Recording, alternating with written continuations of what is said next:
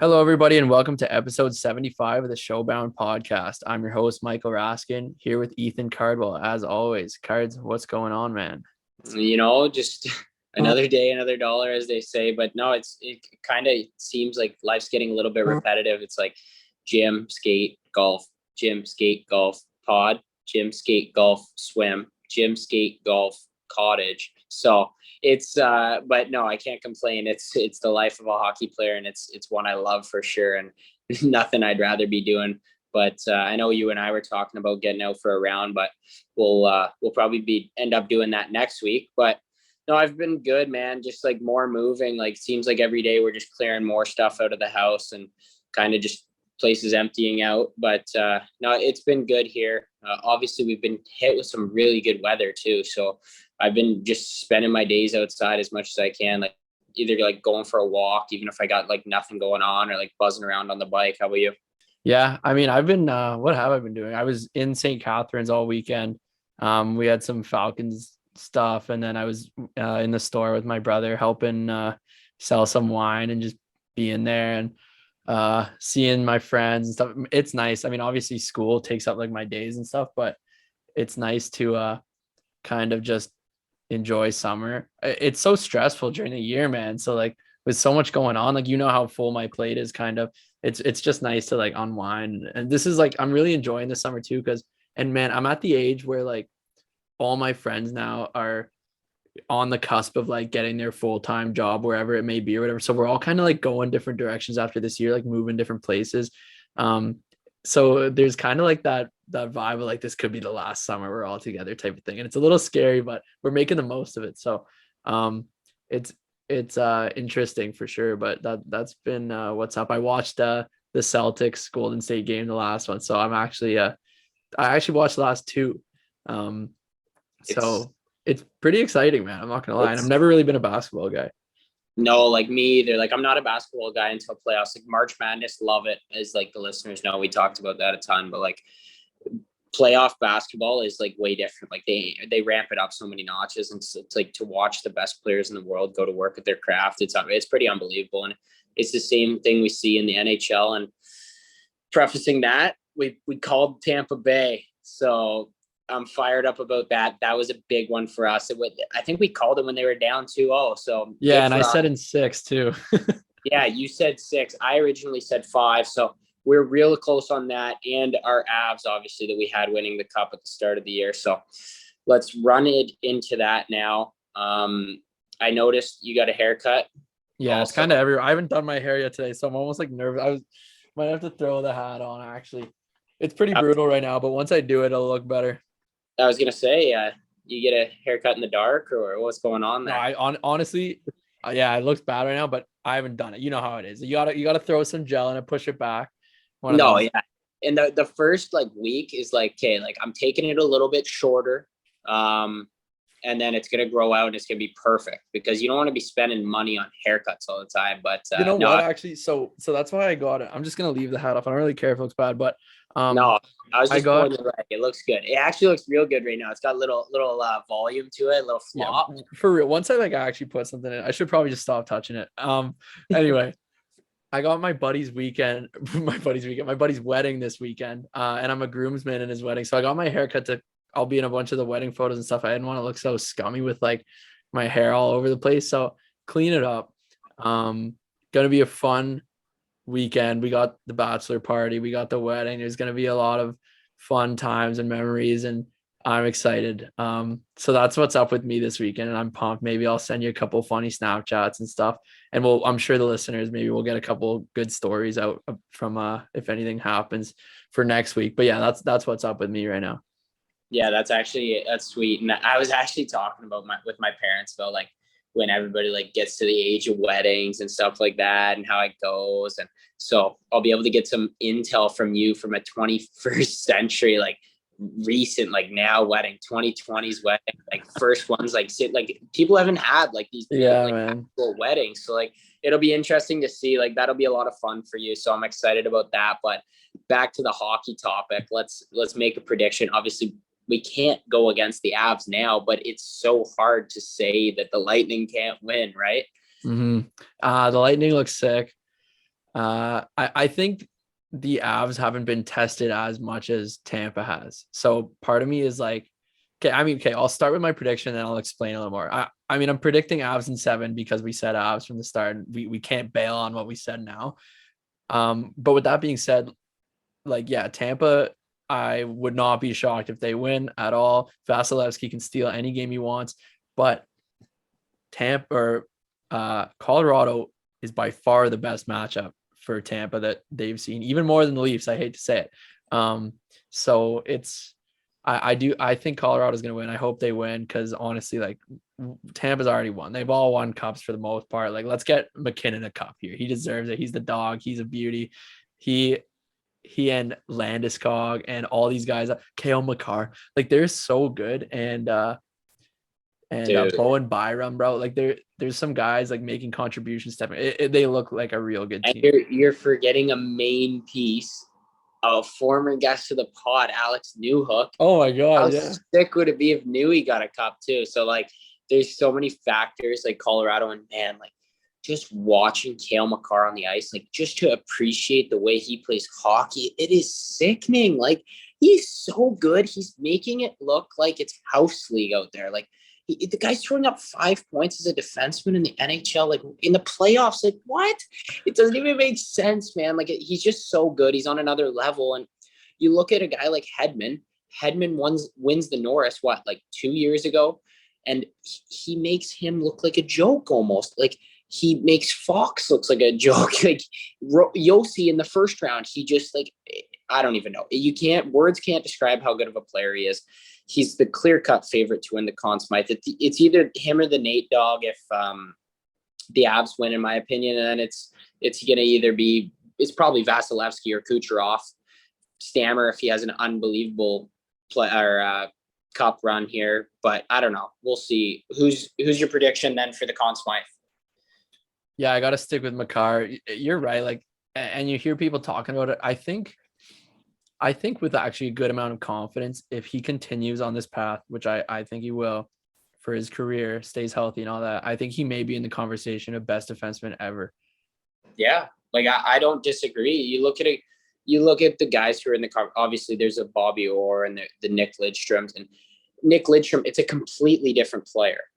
Completely different, and maybe Bobby Orr is more of a similarity. Like you see more similarities in their game and stuff, but you can never kind of tell. Like it's still a long debate that we're going to see about McDavid and Gretzky down the road and stuff like that too. But yeah, it's definitely wild, and it's something that definitely could be. It's a little premature to throw that around, but like you said, if he stays healthy, he's only going to get better, which is like scary to even think about. So yeah, that's my prediction for the Conn Smythe as well. But if Tampa wins, I'm going to say Vasilevsky. Like we haven't seen a goaltending performance like this in like, and he's done it 3 years in a row. Like that loss to Columbus when they got swept 4 straight as the President's Trophy winners, like that was a slap in the face for him personally, I think. And that was just like been motivation. He's just flipped a switch since then. Like whether it be the regular season, they just know like, okay, we get to the playoffs. We're the Tampa Bay Lightning. We're the best team. And this is another debate. Like, could we end up talking years down the road if they win this year and they do good next year? Like, is Tampa one of the greatest teams of all time? Obviously, you have those Montreal teams back in the day, but in this era, you have to say they are the best team easily since the 2000s. Easily, they're the best team that is playing. No, I'd agree with that, man. And if they win this year, dude, it's scary, and they're gonna be just as good next year. Like, I mean, as long as they have that core, and they've been doing well with getting the depth guys in. Don't get me wrong, but like that core of Vasilevsky, Hedman, Stamkos, Kucherov, Point, like honestly, the list goes on. But that though they're all scary and they can all play, and then they've done well every year with the depth pieces. So yeah, I mean, the depth pieces, like you say, like you see guys like Hagel, Paul, they come in and it's like, oh yeah, Paul's been sick. They're nasty on their own teams. And you see these guys, obviously Paul had an amazing game 7 against the Leafs. Every Leafs fan probably hates this guy. But anyway, like they come in, they play that third line role and they're okay with it. Like, and I'm sure like they're going to move on in their careers one day. They're not going to be in Tampa forever. and they're going to move on. And they're going to go back to like being able to be like those top end, like contributor guys, like more relied on to get the points and stuff. But like they come there, they're like, okay, yeah, we're going to be the third line. We're going to work harder than any other third line. We're going to shut the first lines down, and we're going to win a cup. And that's the way you win cups. You get these depth guys who are willing to do the job and who want to do the job and sacrifice to win.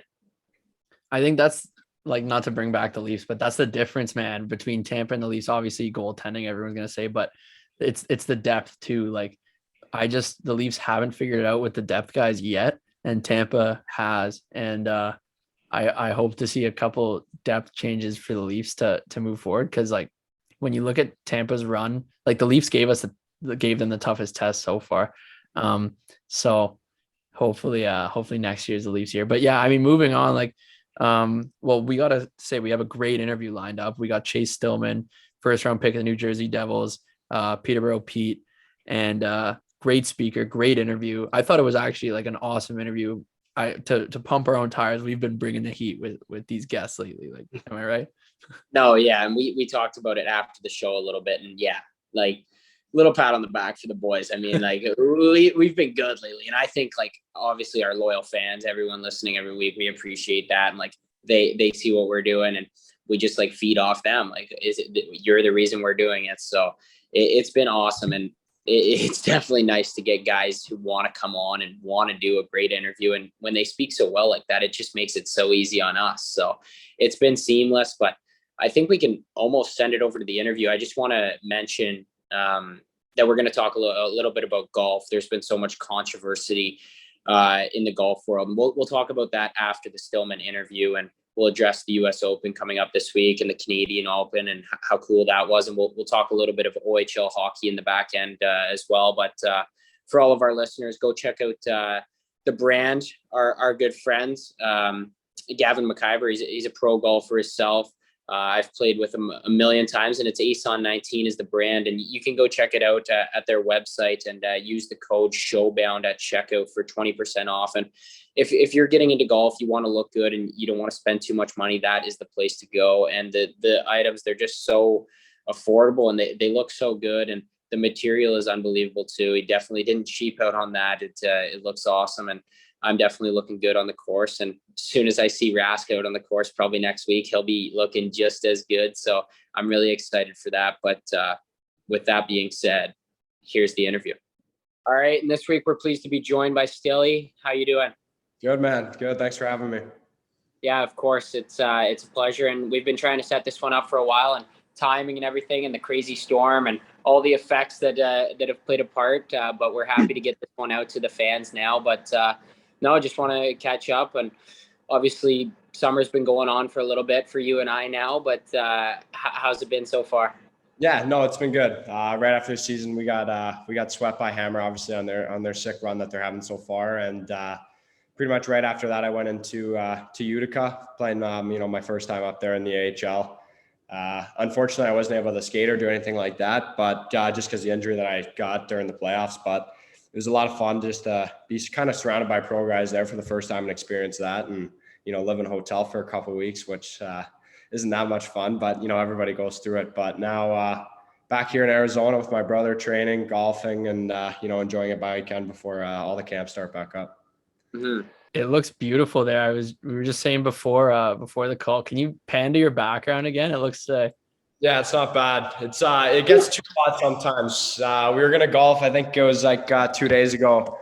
Me and Riley were gonna golf after our lift, or on Friday there, and we step outside, man. And it's like we look at the weather, and it's gonna be 46. We're like, we're not teeing off till like 1. I think we're gonna take one out.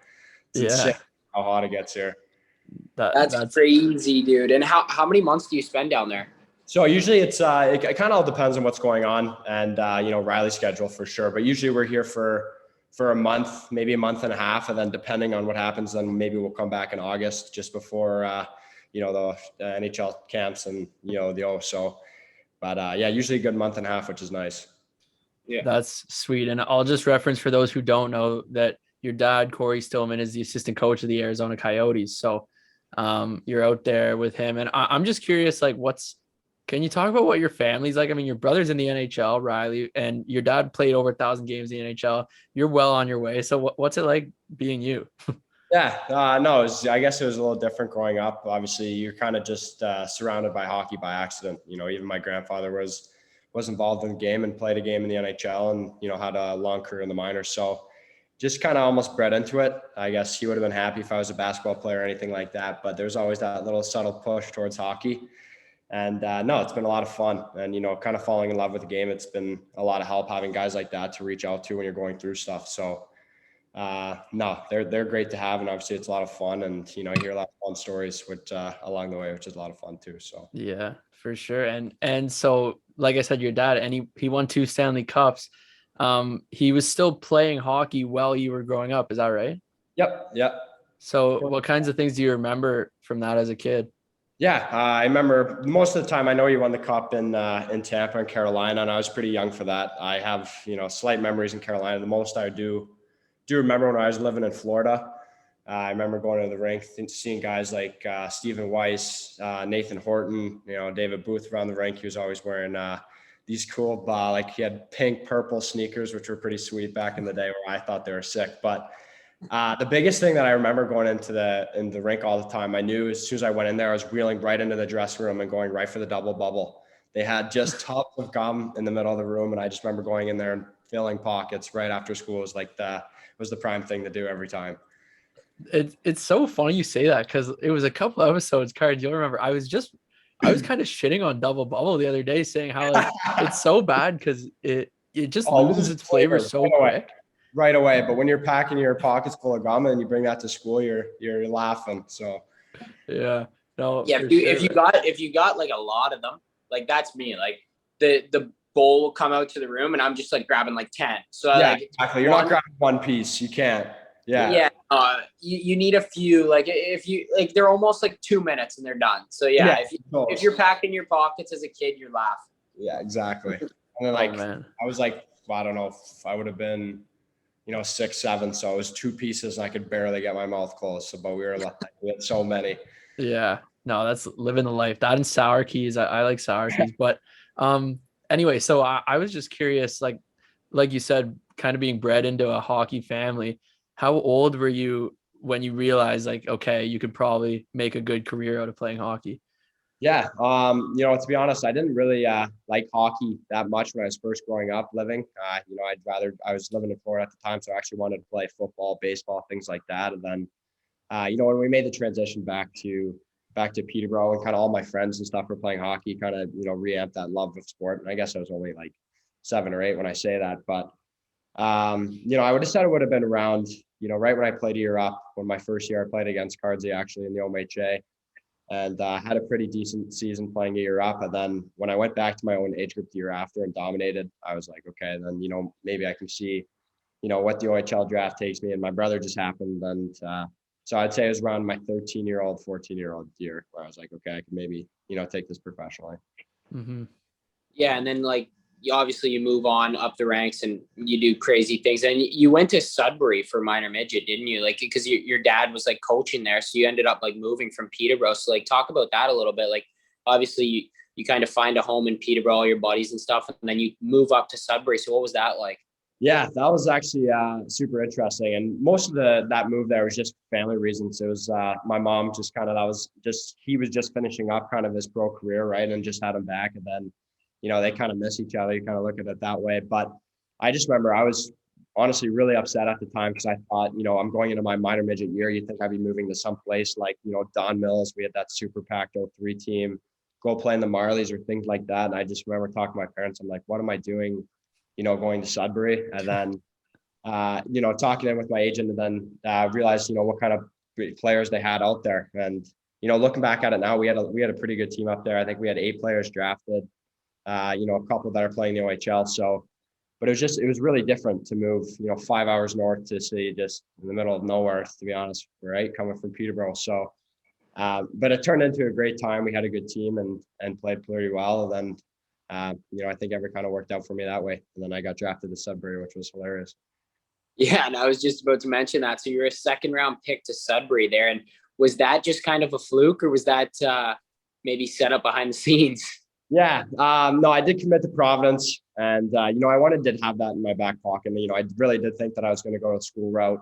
I know that's what my mom always wanted me and Riley both to do. And, when Riley thought about committing to Penn State, I was like, you know what, maybe I can kind of spread my own way, be the black sheep of the family and go different from junior. So, I really thought Providence College was going to be the spot. And then, looking back on it, I thought if hockey doesn't work out, then, the schooling's paid for. So, I just thought junior was the way for me. Better style with the visor, that's for sure. So, but yeah, it just it was a fluke, I think. There wasn't too much going on. We didn't rig it or anything like that. But I know that's kind of what my dad was definitely hoping for. And he said that if I was there, that they were most likely going to be taking me. So, when it happened, it was just, I was super scared at the start of what people would think. But, at the end, I think it worked out okay. And then we had a lot of fun together. So.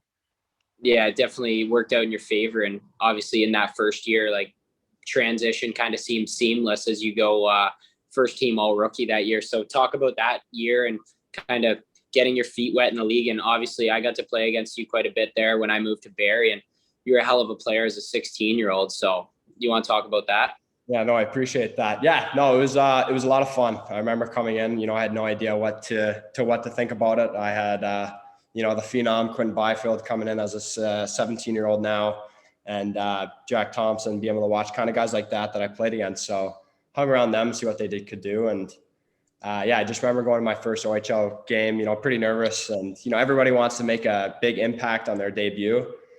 And I watched Byfield go out and score 2 goals, have an assist. I think we lost like 4-3 at 3 points, and I was -3 and I think 1 for 10 on faceoff. So I had definitely a tough debut into the league, but kind of found my stride. Ended up playing with Macaulay Carson, who was really good for me. He was he was strong, he was a kind of a heavyweight in the league, so gave me a little bit of that extra room, and just kind of blossomed from there. Didn't really do too much on the power play or anything like that. Didn't really spend any time on special teams. I wasn't given that opportunity, but just, kind of found ways to chip in successfully on 5-on-5, which was nice. Yeah, and you talk about giving that opportunity, and it was your dad calling the shots there. So Yeah. how is that for you? Like a father-son relationship, obviously you see it a lot in minor hockey, dads coaching, and you even see it in the NHL now with Lowry coaching in Winnipeg and his son playing there and stuff like that. So for you personally, how was your relationship, and how did that go for you? Yeah, I think it was definitely really hard at the start. And, coming from being the man in minor hockey and getting all these, eating minutes on the ice, playing special teams, 4-on-4 and things like that. And, I remember not getting a sniff at the start of the year on the power play. And I was like, okay, I kind of get that, being a 16-year-old year. And then, maybe you get your one sniff during the season and you mess up. I remember I turned my first time ever getting the power play into the season. It was like 12 games in. I was like, okay, here we go. Here we go. I'm going to be a PP specialist in this league. Turned the puck over twice against the Sioux. Didn't touch it again for like 50 games. Didn't touch it again until the very end of the season. And I was just like, other guys mess up. And I still lived at a billet family. It wouldn't have been good if we went home together after games, but still lived with a different family. But I remember being on the phone. It's like, how come that, other guys can mess up and I don't get a touch on the power play? And he's just like, he was very good and just being like, cause that's how things work. And like, there's a ranking system in the OHL and the NHL, and, they just have a little bit more rope, and then eventually you're going to get your turn. And, maybe it didn't happen that season, but it did more towards my next year when he was gone. So, but it was just, it was really good. Just the learning curves of it. And if anybody's going to kind of cut you down from something, and, it's your own dad kind of doing it, it really kind of puts you in a good spot. So then anybody can kind of do it to you. So, stuff like that's going to happen when the farther you go up. And it's kind of good for him to kind of slap me on the butt and do it. Yeah, I guess it's definitely, you obviously know it's coming from a good place too. Your dad obviously has your best wishes at heart, but he's got to run a hockey team at the same time. So it's an interesting dynamic in that sense. But do you have any like cool memories or stories like that come to mind from your rookie year? I don't know. Let's see. I was playing with, Q. Oh, okay. Yeah. Best one I have is actually of Q again. That guy's a character. I'm sure you're good buddies with him, and he's a good guy. But we were playing Suey underneath, and we play in Sudbury. You're in the bowl underneath, and fans kind of walk by and stuff. And we're playing sewer. This is the biggest one that steps out to me, and Q's kind of being an idiot and kicking the ball around, and he just kind of looks up at the light, and it's like one of those old like school ones that's like fluorescent or whatever glows, and it's like the big rectangular ones. And he's just kind of holding the ball after the game's done, and like looks up and like looks back down at all of us. We're all like, man, like don't do it. Drop kicks the ball, boom, shatters the glass all over the place, and then we're kind of like, what? He looks at us and just runs, just goes straight down the hallway into the dressing room, just leaves us. We're all like, what's going on? But it's cute. That guy could kind of do whatever, but no, we got in shit for it, and he got in a lot of trouble for it too. But it was hilarious at the time, right before a game too. It was so much fun. I guess when you're putting up 80 points in 40 games and going second overall to the Kings, you can kind of do whatever you want in Sudbury. He just could break that like, you know what? I'm gonna have 2 points, 3 points tonight, anyways. What's the difference? His face was on the bench when he walked in, like all the players walk in the door, and so we all see him. It's like, oh yeah, this guy can break the light. Oh man, we've had some funny Byfield stories on the podcast. And one of them that JT told was about how he has like the driest food. Like what was it, Cards? You know what I'm talking? The driest wrap from Pita Pit in history with like no sauce or something. You ever hear about that? Rask, man, like it's not even. I don't know what it is. It would just hurt eating. Like I can't even imagine. I don't know how it works. That and his ginger ale that he crushes before. It's insane. I guess we should all start taking notes, though. He's doing something right. He's in the National League. Yeah, seriously. Obviously, he's got something figured out. We don't. Yeah, for sure. Now, I mean, moving forward, I want to talk about the COVID season where no OHL season. So you ended up in Denmark juniors. So what made you choose to play there? Yeah, it wasn't Denmark wasn't the first choice. We were just kind of looking to see, anywhere that I could play. It was tough going into my draft season and, obviously the season being completely canceled. And, I thought that, I could maybe broadcast myself in a way that I could expose myself more in a positive way. And we were just trying to find pretty much any team that we could go to. And, the one that Denmark came up, and we had some connections in there just through my agency with Adam Cracknell, and he said that he really enjoyed it. And, so it was a good spot. So I went out and played for the Esbjerg team. I was supposed to play on the pro team there. Then something came down with import cards, and they were bringing a guy over from Providence Bruins of the AHL right at the same time because they didn't know if I was going to be able to get released. But went down there, had so much fun. It was a good time. Only played, I think, 8 games, but it was just so cool to see, a different culture. And, you had a little bit more time in between games, and I got to roam around on my bike and go to Europe for the first time, I guess, in a little town. But no, it was a lot of fun. Yeah, it sounds pretty cool. So what was it like living there? Yeah, so I was with my parents at the time. They came down and made kind of a trip out of it too. And then right when they were supposed to be leaving, and I was going to room with Hill that Cardsy played with. And, Hill, you were there with Hill? Hiller. Yeah, man, he came out and played with me. Did he not tell you that? He was only in Barrie for a short time, and I was at camp for a little bit, so I didn't really even talk to him. Okay, yeah. So he came out, man, and I was going to live with him. And then pretty much right when that was going on, my parents were moving out, like COVID cases started flooding Denmark. And so we left, and then I jumped on the flight with my parents. And then Hiller got stuck in Denmark for a bit because they didn't open up the borders or whatever. So I got out at a good time, but it was a lot of fun. Little apartment. So cool. Rode my bike to the rink. It took 10 minutes. Craziest thing there was it was legal to drink, or you could buy beer and stuff, anything up to 50% when you're 16, which is what are you going to get? That's 50%. And you can't be served at a bar until you're 18. So it's I can go to this Special K, get pinned on the curb, but I can't go to the bar. And I was underage at the time too. And I was so confused on what was going on, but when we would win and some of the guys would go out and I couldn't go out, and it's just what is going on here? But no, you're like, so I can go get 50% back home and I'll just go drink that on my own at home. I can't go to the bar with the boys though. So that makes sense. That was the exact same thing we had in Sweden too. So it was it was 18 there. So it was 18 and 20. So it was boys, you can do whatever you want. You can go get beers at the beer store or whatever, but you can't go out to the bar with the guys. It's how does that what? It just doesn't make any sense. I don't understand what they It's do. so backwards. It's so back. It's so messed up, but it was it was a lot of fun, and the guys there actually they were great. They spoke good English too, so it was a really easy transition for a short period of time. Mhm. Yeah, that's pretty sweet. And then, I mean, somewhere where it takes even longer before you can get a drink is in Texas, where you played the U18s, Mhm. and a good opportunity for you to get scouted in your draft year. Every NHL scout was basically there watching it. So, what was it like playing in that tournament for you?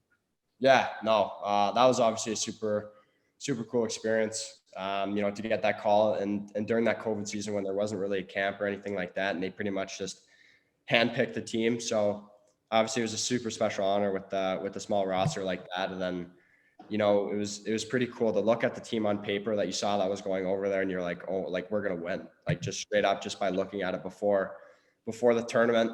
And it was really cool. So there's nerves going into it because we had such a stacked team, and going out and practicing. Everybody was brutal the first day because we isolated for 5 days before we skated, just in our hotel rooms, which was insane. You couldn't leave, couldn't go see like your teammates. Like you had to stay in your hotel room with your roommate. They would deliver food to the door, and it was like it was a hard tournament in circumstances that way, but. And then after that first practice, when everybody was brutal, then the second one, and when people started getting dialed, like it was so cool to see all the talent that was on that team, and how special we were going to be at that tournament. And yeah, so like you had so much exposure to scouts in your first year, obviously with Q on your team and stuff. But I don't think like ever in hockey history has there ever been so many scouts in one building as they were at you guys' games. Like especially like throughout that whole tournament, it was ridiculous. Like because there was no I don't know if there was fans. Was there fans? So no, like there wasn't. There was a very limited of fan capacity that was allowed into the rink, but all the scouts were welcome. Mm-hmm. And I remember Wynn sent me a pic the day before that we were playing against Finland in exhibition, and it was just all it was dude, and it sent like a panorama of just the stands that were in the building, and it was just you could just see it was all black coats, clipboards, and it's like that's not one fan, like that's all people come in and watch you play. And just the build up of that was almost worse than obviously playing, and you kind of get over when that comes, but it was really cool to see when you're in warm up and you look up and there's not a seat available and it's just all scouts. It was crazy. And obviously one scout you liked particularly a lot as it was a New Jersey Devils scout, and you went first round to the Devils. And you want to talk a little bit about your draft day and like the moment you were picked. And I'm just curious, like, were you expecting to go first round? Like, were you gearing up that night, or how are things going for you there? Yeah, so I had a couple interesting calls before that kind of on the Zooms that kind of made me lead up to thinking that I was going to be going in the first round. To be honest, I for sure thought I was going to go 28 to Colorado, and they ended up taking Oscar Olofsson, who I played against this year. And I just remember them asking me, they were like, we pick at 28, and then we pick again at 61. And are we going to have one chance to draft you or two? And then, being in a spot like that, I think I was like, you know what, you're going to have one chance to draft me. I don't think I'm going to go that late. And then gearing up for draft. So all the guys, I remember all like the first round contenders, they got emails and stuff sent to have that video on you inside the house. Yeah. And that was having to do with the central scouting thing. And I had no idea at the time that was a thing. And then I get a text on draft day, like, Stilly, you get the cameras. And I was like, no. Oh shit. But for whatever reason, I just, I had a gut feeling that, I was still going to go that day. So I had everybody come over, like my friends or my close friends, family. I got a draft suit and wore it just like I would if I was going to go into the Montreal, and, just had a weird feeling. And then when Colorado picked before, I was like, oh, I don't know now if I'm going to go. It was, maybe I had a chance at 32 for Chicago, but I really kind of, my heart sank after that pick went by. And then right after, New Jersey comes up, and I thought that, that there's maybe a chance. I did do a lot of interviews with them, just kind of numerous ones throughout. They probably were the team I interviewed with the most, but maybe just kind of didn't give me that range that I thought I was going to be going there. And I remember I get a text from Shane Doan, and I don't remember how I had his contact info, or I think my parents would come up and I just get a congrats before the draft thing comes up. And the few TV downstairs was a few seconds before. And I just remember hearing my brother, because he had to go pee. He was too nervous, so he had to do a couple laps throughout the house. And then I hear from the basement, he just lets out like a goal, like a woo, like from the basement, and everybody just stands up and like freaks out. And then I come on the TV, and it was the best day of my life so far. And just finally be picked, and have your dreams come true. And I go in the first round, which I always kind of wanted to do, and it was just it was a really special day for me. Yeah, that's unbelievable. And I can only imagine like the sweat in your pits, especially in when it wasn't Colorado. So thanks. Have to wait long. It's just like that feeling when your parents call you by your full name and you're in trouble. You're like, oh God, like I'm done. And that was it. And they went by, and I was like, like that's it. And sat back in the chair, and I was like, oh boy, this is gonna be an awkward drive back home when everybody leaves and I'm not picked yet. But it ended up working out. New Jersey's been great. It's a great team, and it was a lot of fun when I went down there for camp and stuff. And I'm looking forward to again going down this summer. Yeah, that's sweet. And it wasn't much longer after until you ended up signing with the Devils. So have you made any big purchases to reward yourself or anything like that? No, not much of a big spender. I remember, after taxes, whatever, I sent most of it to my financial advisor to put in investments and stuff. And then I kept a little bit for spending money, and I bought a PS5, and that was it. Oh yeah. Much it. PS5, Peter Pit, and Osmos. That's pretty much it. That's where I held yeah.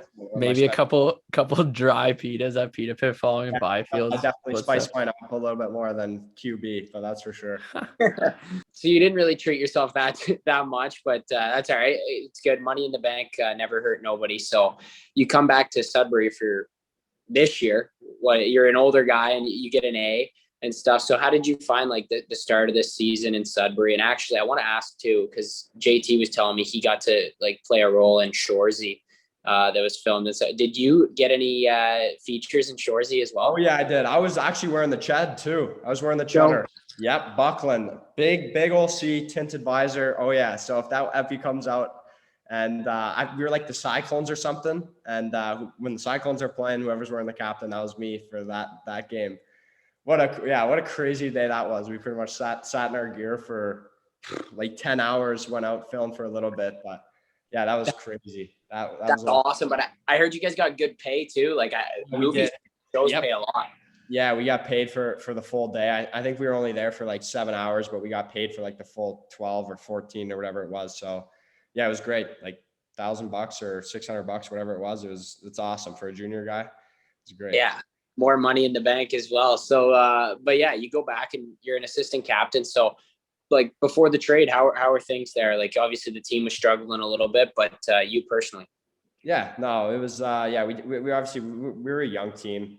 We had a new coaching staff, or new head coach come in after my dad left. And, it's just, I feel like we had a lot of skill. There was a lot of potential on that team, and it was waiting to be unlocked a little bit more farther down the road when I think, Sudbury started to increase, but it was a good time. I enjoyed playing with Sudbury. Obviously JT was there, and we had a really good group of guys.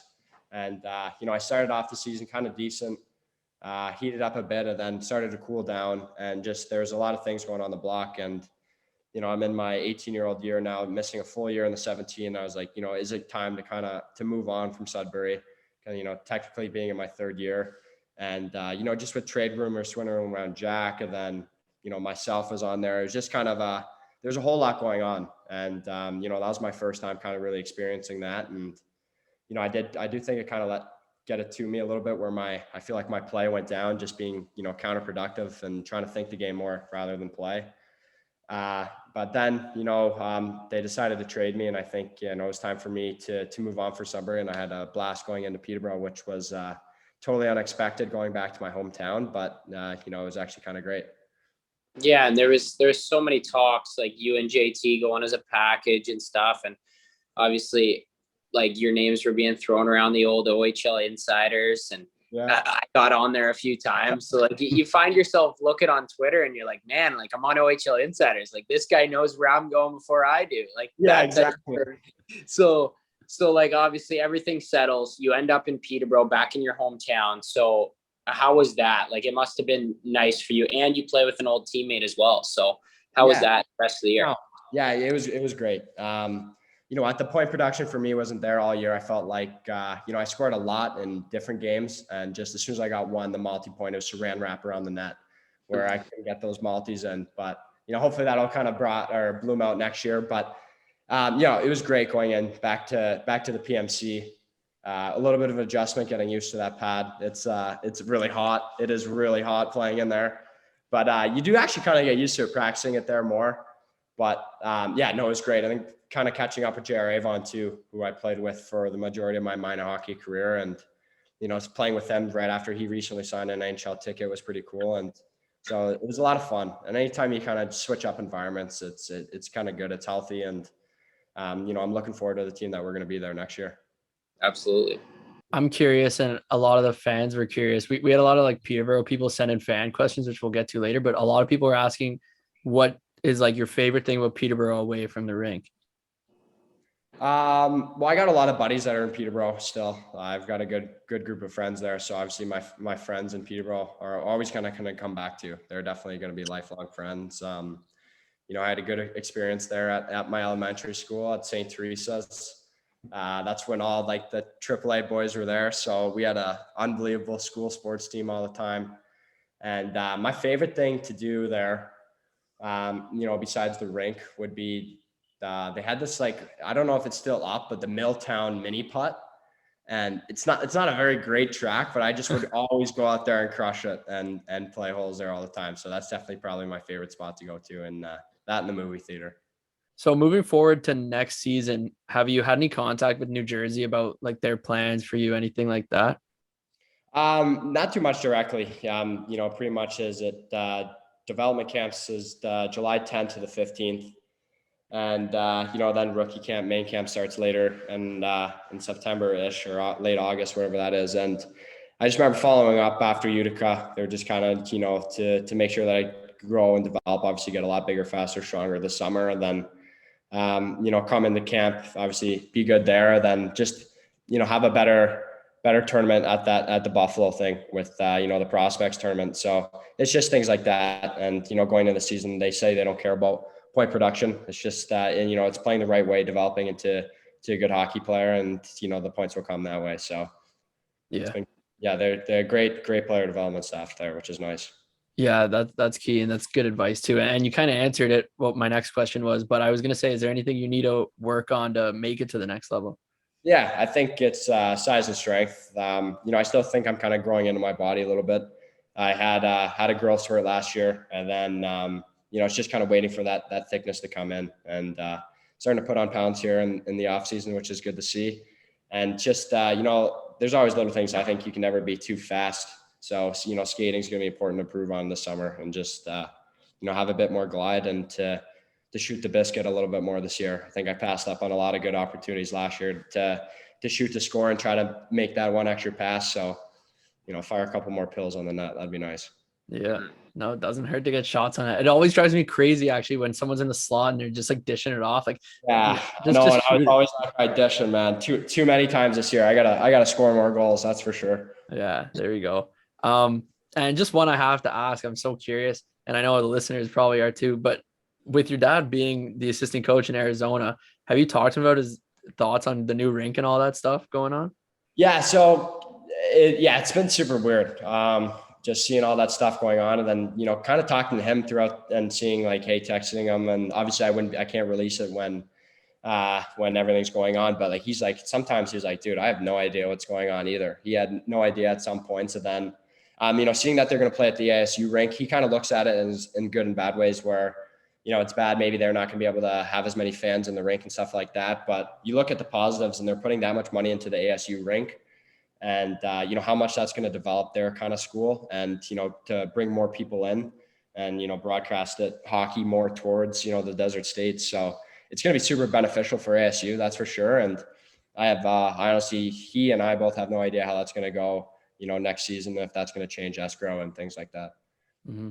Well, you also look at it in the way, like, sure, they're in a smaller like rink and everything like that, but they weren't filling their place by any means now. So like, I feel like it'll be a cool atmosphere. Like, for the first time in a long time, the Yotes are going to feel like the building's packed. Like, yeah, and yeah, hopefully that happens. And, hopefully the guys kind of, thrive off that some more. And it'd be pretty cool to see, having all those fans in ASU buildings, it starts getting rocking. I think that'd be a lot of fun. Yeah, maybe they even turn it into like a college atmosphere, get a band and everything. Yeah, exactly. It'd be pretty cool to see like how the league and media would respond to that. I think it could be a good idea. No, for sure. And we're gonna take it into some random questions here. I don't think we've ever done this segment. I got a few random one that Rask kind of made up for you here, so we'll run through them. So, is cereal considered soup? Oh, no, because it's not hot. Nope. Okay. What's the most boring sport to watch? Soccer. I agree. Yeah, I agree too. Sick to play? Yeah, not bad to play, but yeah, brutal to watch. It's just a game of just like Kalis passed around the outside. Yeah, yeah, exactly. Is there a song you have right now that gets you fired up before a game? Honestly, no. I'm so whatever. Whoever's on aux in the room gets me going. I have no issues with it. All right, I like that. A guy's guy, go with the flow. If you were stranded on an island for a month with 3 members of the New Jersey Devils, who would you want them to be?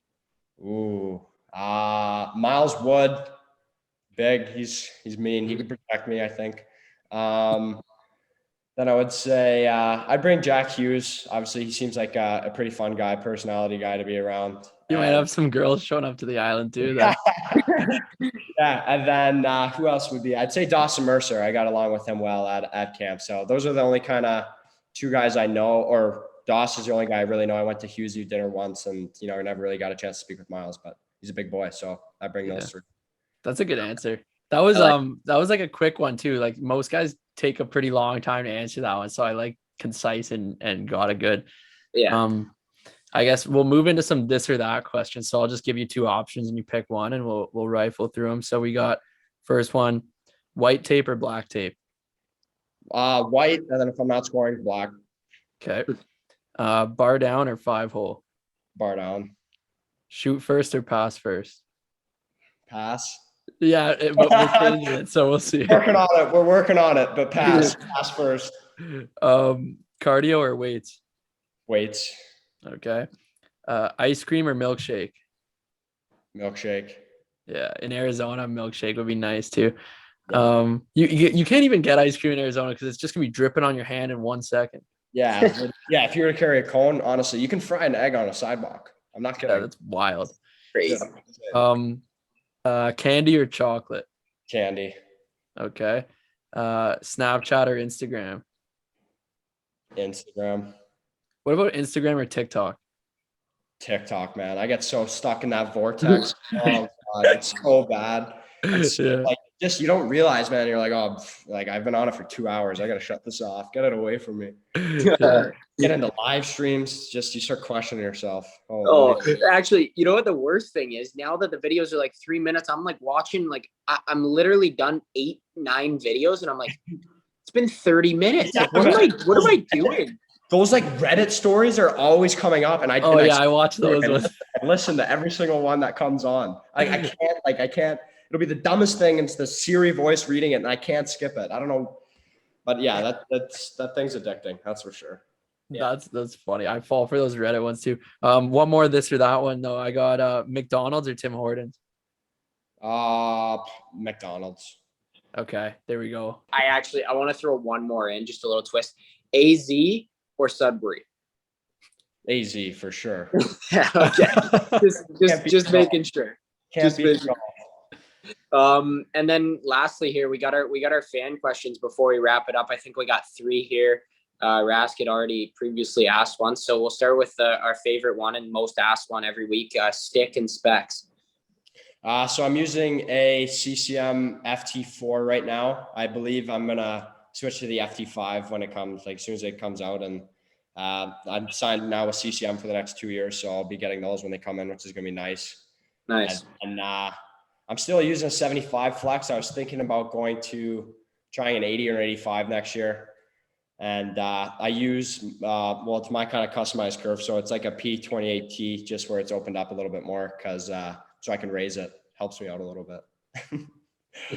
Yeah, until you put that muscle on, you need the help getting the puck in the air. Exactly. Like a 9-0. Yeah. So next one here. How has your brother helped you along your career? Yeah, he's been great. He's been a shoulder to lean on when, I need to talk about things going on through the season. But, at the same time, he's kind of the biggest influence just by even just doing what he was doing, just, following him in the gym and, watching to see what he went through in the OHL draft process and then in the NHL draft process. And just throughout his career, even if he was, silent, it was just, he is such a professional off the ice, which is nice to, surround myself around. And, he's been my best friend along through it. So he's been great. And lastly here, who's the best former Pete to sit in your stall? I checked this out. I was wearing 21. Shit. I don't know. I don't remember. The only I think Dale McTavish is the seat beside me, looking at that because I'm good buddies with Mace. And I sit across pretty much from where my dad used to sit in the 7 stall. Oh, Andrew Werner. That's the best one. He sat in my spot. So I'd say he's the best Pete of all time. Nice. Awesome. Well, I mean, I think that's it from us. Rask? Yeah, I mean, before we wrap up, I firstly want to thank you for the time. And I also just want to say that you're an incredible speaker too. And I'm impressed. So I think this is a great interview. I think the listeners are going to love it. And we seem to have a lot of Peterborough fans too. So shout out Peterborough. And it was nice meeting you. Yeah, awesome, guys. Thanks so much for having me. It was a lot of fun. Yeah, and from me, obviously the same thing. It's been a long time coming to get you on, but we're happy to make it happen here. And it was a great chat. And I know the Peterborough Petes actually commented on our TikTok last week, like saying like, let's get a Pete on. So perfect timing for this one. So all the Peterborough folks will be happy, and hopefully you can get us some Arizona views as well. But I heard it was Chase Stillman running the Pete's TikTok account too. So he probably commented that, get himself on the pod. I actually run the account. I'm always like, liking, commenting, whatever you see is me. So that's awesome. Well, yeah, thanks, Philly. Really appreciate you taking the time. Yeah, thanks, boys. Thanks so much for having me. Want to thank Chase Stillman for that interview. Like I said before, it was an awesome one. Great interview, great guest. Happy to have him on. And we got a lot of other stuff to talk about too. I guess Cards, we want to start with the OHL or where we want to go from here? Yeah, I think we can touch on the OHL. Obviously, today is Tuesday night as we record, and Wednesday during the day, our picks, we're going to make predictions. So our picks will be out, and then the game will happen on Wednesday evening. So it's game 7 anyway. It's in Hamilton.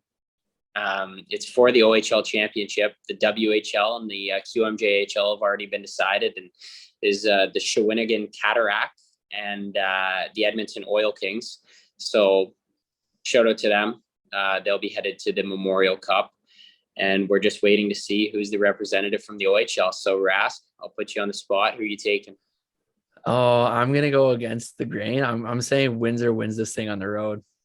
Ooh, I like that. I like that pick. I really respect it. Like a lot of buddies on both teams, so it's hard for me to say. Like I've played against Hamilton. I never saw Windsor, so I'm gonna go Hamilton at home. I think they have the depth. I don't know. We'll see. So it's you and I battling one another here, but it'll be exciting to watch. I'm actually thinking about driving down to the game. Like it's a serious contemplation that I'm making right now. So if I do, maybe I'll vlog some stuff for the Showbound account if I end up going.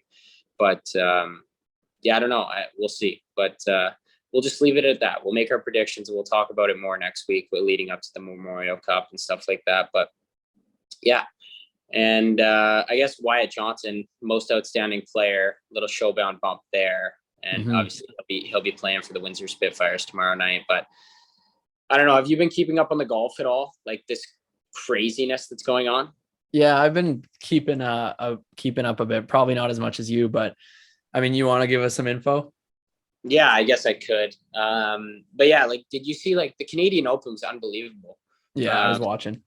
It looks like it's like the most rowdy the Canadian Open's ever been. Like the most like pumped up it's ever been. Like the fans were so into it. It was unbelievable. And then obviously to have Rory win, like so many people from Ontario have Irish descent. So everybody's cheering for Rory all the time when he's here. So to be a back-to-back champion here after 2 years removed, pretty special for him. And we move into the US Open, and I'll tell you a little bit about this, Rask. So the guys who went over to that other tour, they're allowed to play in the US Open. So this is like the first time that they're all together now, back on the same like playing field in the same tournament. So like it's been like kind of crazy, and we'll be able to like keep you guys posted on how things kind of play out after next week and next week's episode and after the US Open is concluded. But like there could be some crazy things go down. Like I feel like there's so much bad blood. Like you got to think, right?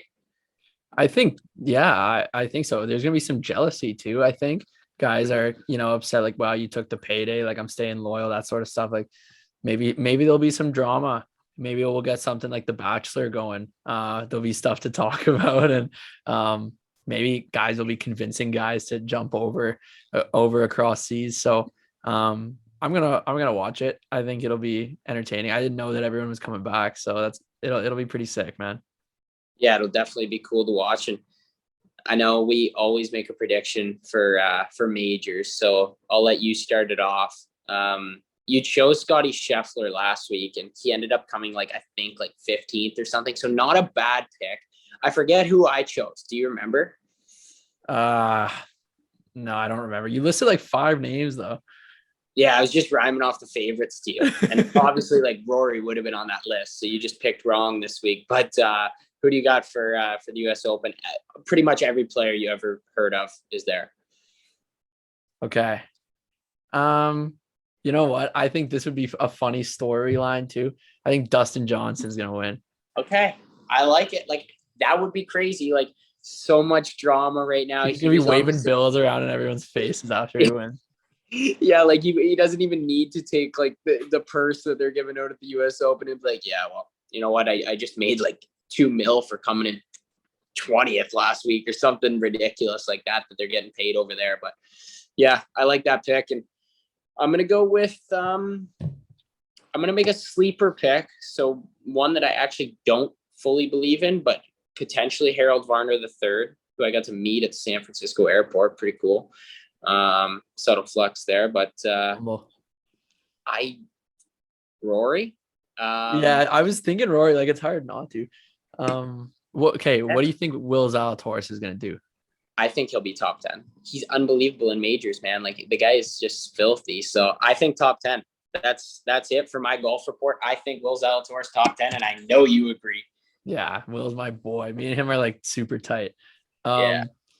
I want to do one more piece of news before we kind of wrap it up. And this happened a couple weeks ago, I guess. I have the article here, May 26th. But since we were talking about the Mem Cup, which is coming up, St. John Sea Dogs, the other team, the host team that's in the Mem Cup, they lost in the first round of the QMJHL, and they then fired their coach. And I didn't know that. So they fired their coach and they hired Gardner McDougall, who has been the head coach of UNB, University of New Brunswick. He's been the UNB head coach for as long as I can remember. Won tons of national championships there. He's only there temporarily. He's coaching them just for this run, and then he's back to UNB. But man, this guy's an unbelievable coach. I got to know him a bit actually in Halifax when I was out there, and what a move though. You're hosting the Mem Cup, you have your team in place, all that stuff, get eliminated first round, fire the coach, new guy just for the camp, you could call it, and then Mem Cup basically. What do you think of that? That is big D energy. Yeah. That's crazy by management to pull that off. Hey, we're pulling in this stud and he's gonna win us the Mem Cup, and then he's done. He's just coming in. He's just a big dog. He's just coming in for a short period of time. Get in, get out, get the job done. So, I mean, obviously they don't have the teams that the other teams are going to be coming in with. So maybe that could be the difference. You never know. And they've had time. I've been off for what? Oh, yeah. I've been off for almost 6 weeks. Yeah. And they were eliminated before you, by the way. Yeah. I've been off for 6 weeks. So give them a good, by the time the Mem Cup's starting, they've been off for 2 months. So everyone will be healthy and stuff. They're ready to go. maybe a little bit of rust. I don't know if they've been playing exhibitions versus, I don't know, maybe they're definitely playing. They'll find teams. But well, what I just want to pull out too from this article actually on Gardner McDougall, the coach. So because in U Sports, like the championship is a tournament, just like the Mem Cup. So he's won 7 national championships in U Sports. So this guy and 10 AUS championships in their league. So I mean, he's a winner. He knows how to get to these tournaments, what to do and what to win. So I think they like it's a smart hire. And man, like, you know, you're just coaching a team. It's like brand new team basically for him. Go in. You're just going to win a tournament. That's all you're thinking. Like win 5 games, win a tournament. Move on with your life. Like it's such a crazy move, man. I don't know, but I wanted to bring that one up. Yeah, pretty interesting. We'll follow that news closely, and maybe we even get him on, or like try to get him on like after the tournament or something like that. But like, I don't want to say too much now. Let's kind of like let it play out and see how things go, and we can kind of touch base as the tournament goes on. But that's pretty interesting, and I'm glad you brought that up. Yeah. Well, with that said, I guess you want to kind of wrap it up.